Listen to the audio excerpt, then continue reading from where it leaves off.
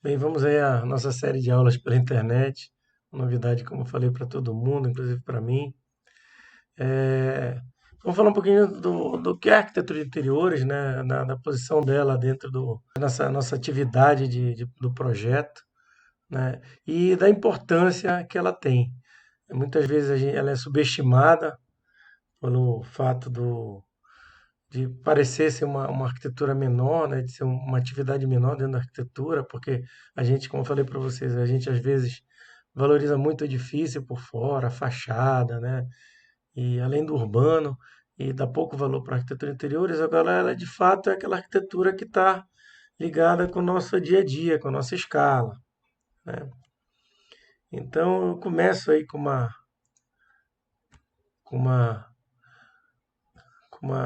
imagem que eu tirei até de um livro, do livro gringo, esqueci como é o Interior Design, esqueci como é o nome do autor, em que ele fala que a arquitetura interior é tão importante, a gente às vezes não se dá conta, mas dentro do interior de edifícios, né? Esse primeiro aqui da esquerda, não sei se o mouse está passando, mas a gente nasce no hospital, né?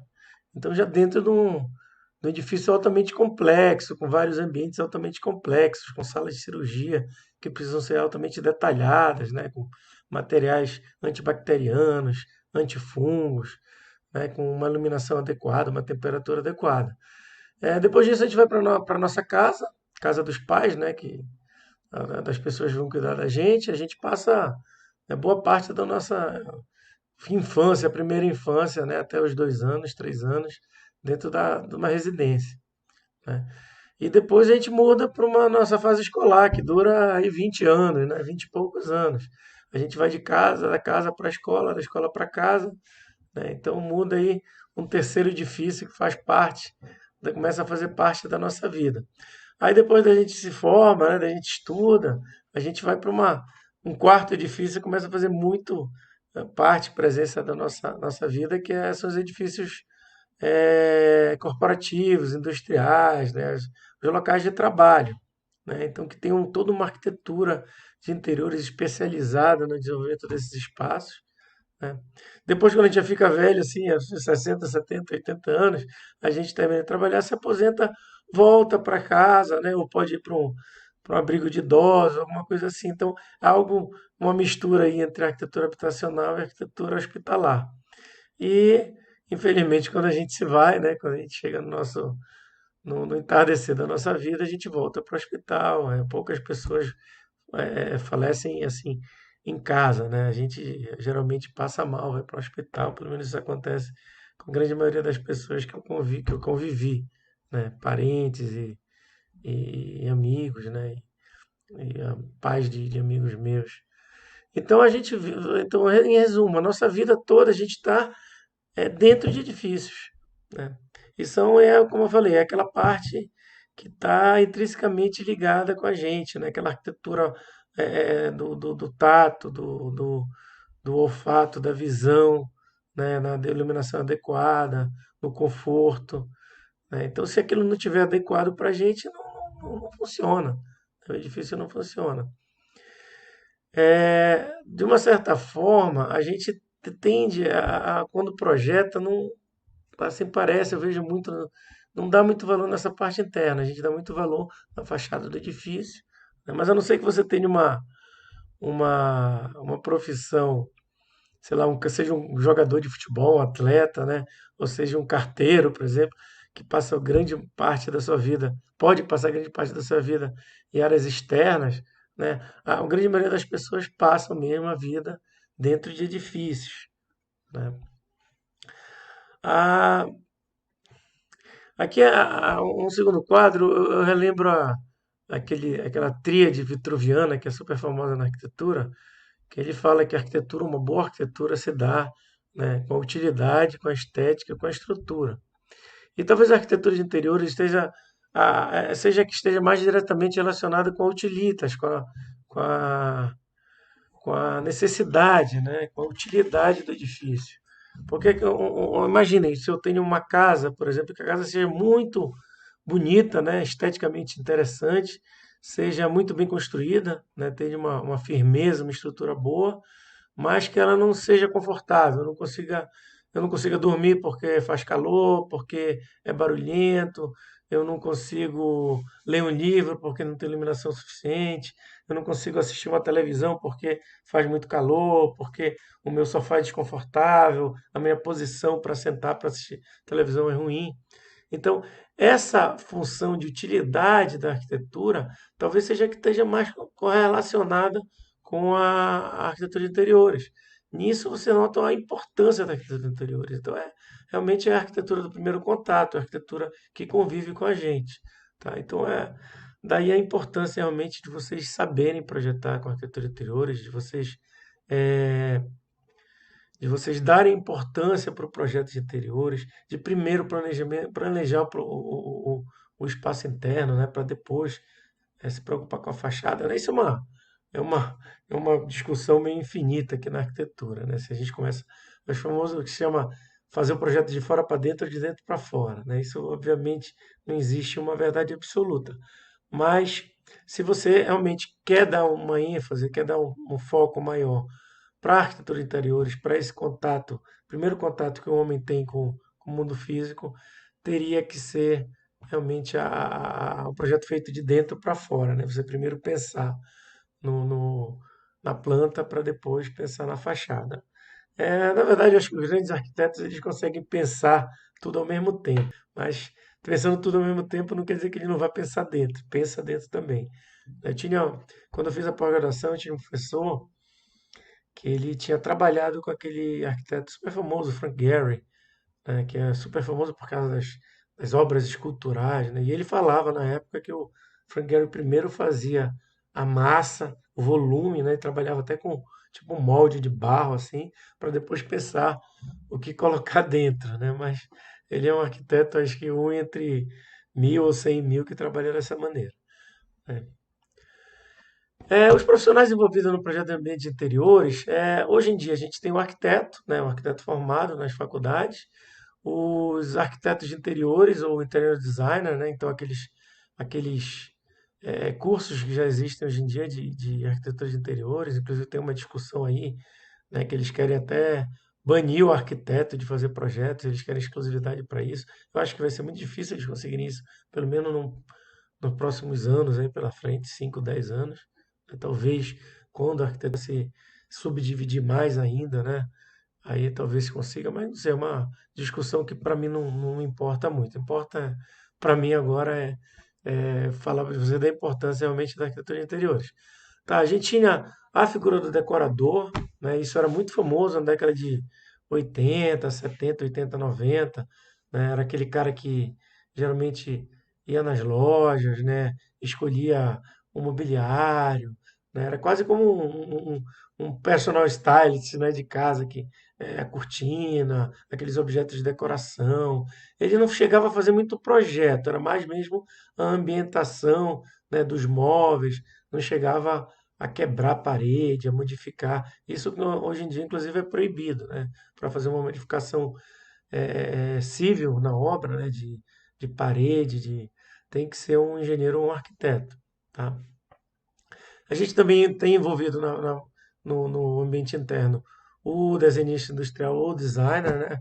A gente vai ver aí no futuro nas aulas que o arquiteto ele começa a desenhar um móvel geralmente a partir do modernismo, dos arquitetos modernismo, Corbusier, Mies van der Rohe, e com aquela arquitetura nova chegam os móveis novos, né? Chega aquele mobiliário novo. E aquilo vem se tornando, a partir de então, década de 50, 60, como uma profissão mesmo, o de design industrial, de desenho industrial e o design de interiores, de desenhar cadeiras, mobiliário.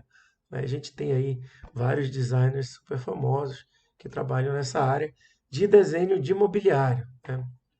A gente tem o Lighting Designer, né, o profissional de luminotécnica, ah, que é poxa, uma atividade específica hoje, principalmente para projetos mais complexos, né? A gente tem que realmente pensar num profissional desse. Um projeto mais simples, talvez nem tanto. A gente vai aprender no decorrer das aulas aí eu vou passar bastante para vocês sobre iluminação e vai aprender cálculo, né? As quantidades de lumes ou quantidade de luz, no português mais claro, que a gente precisaria para cada ambiente. Então, a gente teria também esse lado do design. Tem o técnico em acústica, né, que também trabalha em alguns ambientes específicos, teatros, né, shoppings, para evitar aquela reverberação, aqueles problemas todos.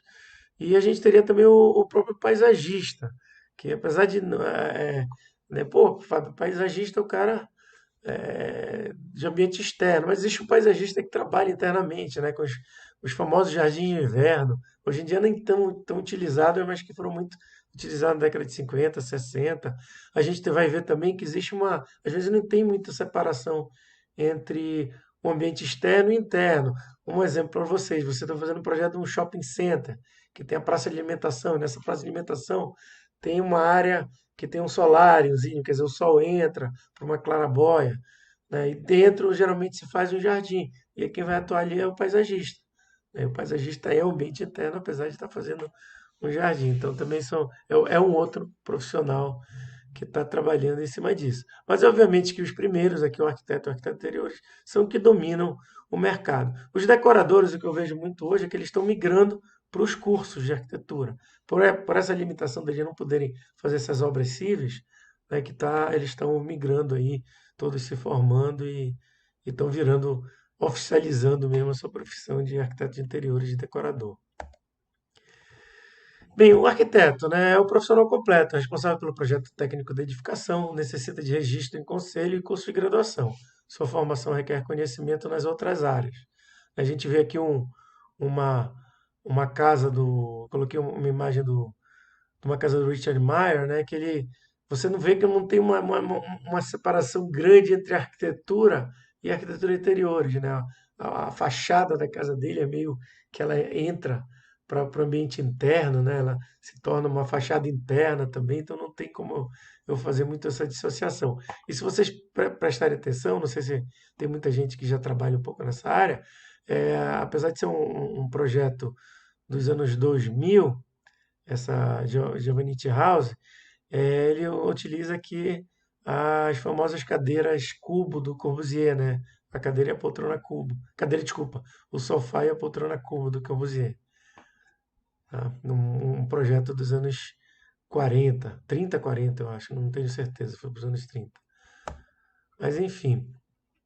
O arquiteto interiores e interior design é o profissional cujo foco está no planejamento do espaço interno, ordenando mobiliário e objetos complementares, não sendo possível a priori alterações cíveis. Então, o arquiteto interiores é aquele cara que já vai pegar a edificação pronta, né? Tá o edifício pronto, poxa, agora vamos ambientar, vamos dividir esse espaço, ele vai ter trabalho, obviamente, um trabalho maior de planejamento de espaço, quando aqueles espaços já não são pré-determinados, quando existem as paredes, né? Principalmente quando a gente vê essas áreas, grandes lajes corporativas, né, que tem que fazer todo um planejamento de mesas, cadeiras, função, quantidade de pessoas que vão trabalhar, iluminação, refrigeração, né, a parte de fiação toda elétrica que vem por baixo, geralmente são pisos elevados.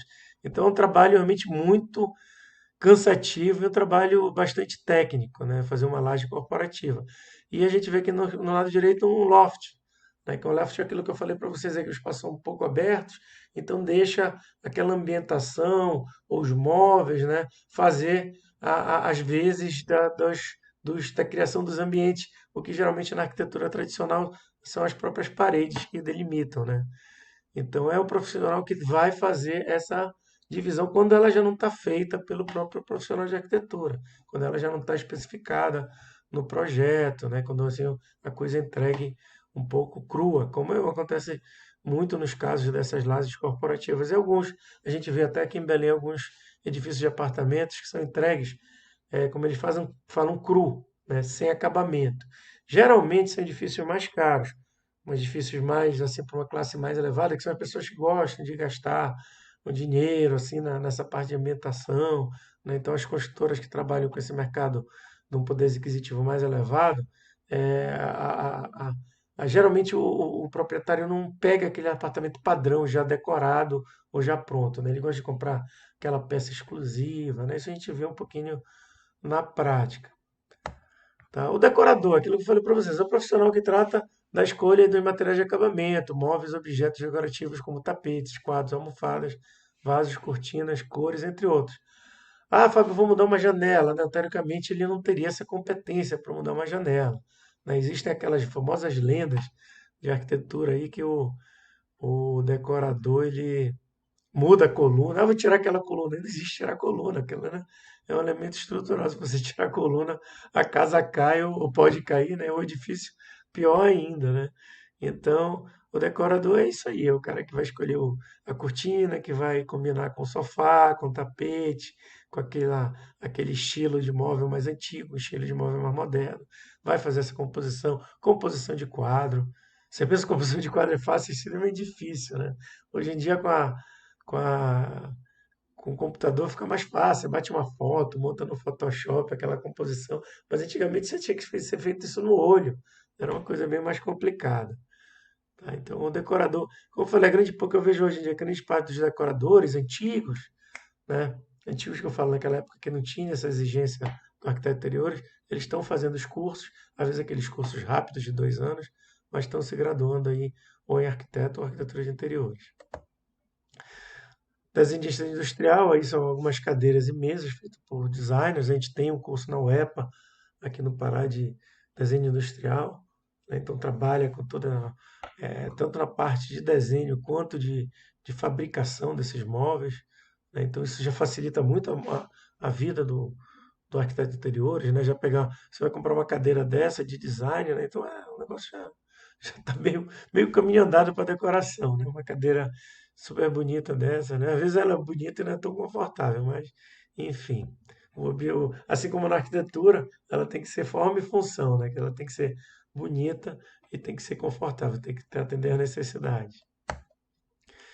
É o Lighting Designer, né? A gente vê dois exemplos aqui super interessantes, quer dizer, esse do lado esquerdo parece assim um hall de um teatro, né? Um hall de uma área pública, de uma universidade, de um teatro, de uma biblioteca, e o arquiteto aqui colocou essas lâminas, né? Essas lâminas já, essas tiras de LED, né? Parecem até aquelas espadas Jedi, né? Então, parece até as antigas a iluminação tubo fluorescente, né? E tem uma luz rocheada que pegou no concreto. Então, todo um trabalho aqui de desenho de iluminação, né? Criativo, que ficou bastante interessante e valorizou bem esse hall. E aqui do lado direito, uma escada, né, com meio que um lugar comum da arquitetura de interiores, que é aquela parede com uma textura, uma certa textura, ela em 3D, o que está muito em uso hoje, a gente, vocês vão ver muito essas lajotas, né, de alto relevo, e você ressaltar esse alto relevo com a iluminação, geralmente iluminação de spot, né, que pode ser spot LED ou spot da dicróica halógena, né? Então, serve ao mesmo tempo para iluminar a escada, né, e para valorizar aqui a parede do fundo, né? Como falou, é um clichê na arquitetura, mas é um clichê extremamente eficiente e bonito, né? Esse da iluminação das paredes em alto relevo, né? Uma vez eu vi uma arquiteta, não vou falar o nome, óbvio, mas que ela fez essa iluminação de alto relevo num espelho. Eu digo, cara, como é que pode isso, meu? Eu meter um espelho e resolveu fazer essa iluminação de spot LED no espelho. Quer dizer, sem sentido nenhum. Inclusive era escondida a iluminação. Mas não sei o que é que aconteceu. Acho que deu para o estagiário fazer e deu naquilo. Tá? Ah, técnicos em acústica, né? Eu conheço aqui em Belém alguns lugares que são praticamente insuportáveis de você permanecer por causa da reverberação, né? Então, os técnicos de acústica trabalham com isso. A gente vê aqui algumas placas, né, acústicas, que ao mesmo tempo servem também como elemento de decoração, né, praticamente é, anulando aí a reverberação desse ambiente. O ambiente nem é tão muito bem decorado, né, tem uma passagem de caixa de duto de ar-condicionado bem feia, bem estranha, né, mas ele tem toda a receita, né, negativa para ambientes com muita reverberação, que são as paredes paralelas e elementos rígidos, duros, né? Sem ser sofá ou cortina, que são paredes rígidas, piso duro, provavelmente de porcelanato, né? Alguma coisa polida aí, né? Então esse ambiente devia ser péssimo. Né? Aqui em Belém eu lembro, eu não sei se melhoraram, porque já tem bastante tempo que eu não vou, mas eu lembro que um lugar que era muito, muito ruim, praticamente insuportável de ficar era a praça de alimentação do Shopping Castanheira. Tem alguns arquitetos, né, que falam, algumas pessoas que trabalham nessa área, que a praça de alimentação de shopping ela foi desenhada para ser um ambiente desagradável. Para quê? Para que a pessoa senta, coma, né, gaste o dinheiro com a comida e vá embora, não fique lá gastando tempo, né, tenha dê logo lugar para as outras pessoas. Mas realmente eu acho que às vezes alguns lugares não precisavam ser tão desconfortáveis, né? Isso a gente fala muito daquelas cadeiras de fast food, né? McDonald's, Bob's e tal, que você senta e aquela cadeira dura, dura, dura, que você senta ali, termina de comer, passa 5 minutos, a bunda começa a doer, você quer ir embora e dá lugar para uma outra pessoa, né? Fazer sua refeição. É um princípio aí de arquitetura de interiores também, né? Então, técnica acústica seria o profissional que adequa o projeto arquitetônico ou espaço no tocante ao isolamento e tratamento acústico, fazendo laudo acústico, laudo de ruídos, estudando redução de ruído. Tá? Paisagista, aquilo que eu falei para vocês, né? O profissional capacitado para detalhamento de vegetação, mas comumente tem atuação em grandes áreas externas, como jardins, calçadas e praças. Mas, eventualmente, pode atuar em ambientes internos, fazendo a correta adequação da vegetação ao clima. Luz, estética, atuando em ambientes internos, como shoppings, halls, jardim de inverno, paredes verdes, vasos, etc. A gente vê uma parede verde aqui no lado, né? Muito comum, hoje em dia é muito. Fábio, quando é que eu posso colocar uma planta dentro de uma casa? A rigor nunca, né? A planta ela precisa de iluminação, ela precisa de água, né? Se você quiser ou tiver que colocar no ambiente interno, você tem que tomar cuidado em relação a isso, né? A gente vê aqui essas plantas na imagem do lado direito, como elas recebem uma iluminação, né, artificial, que de repente aquilo facilita a. Deixa eu voltar aqui que eu errei.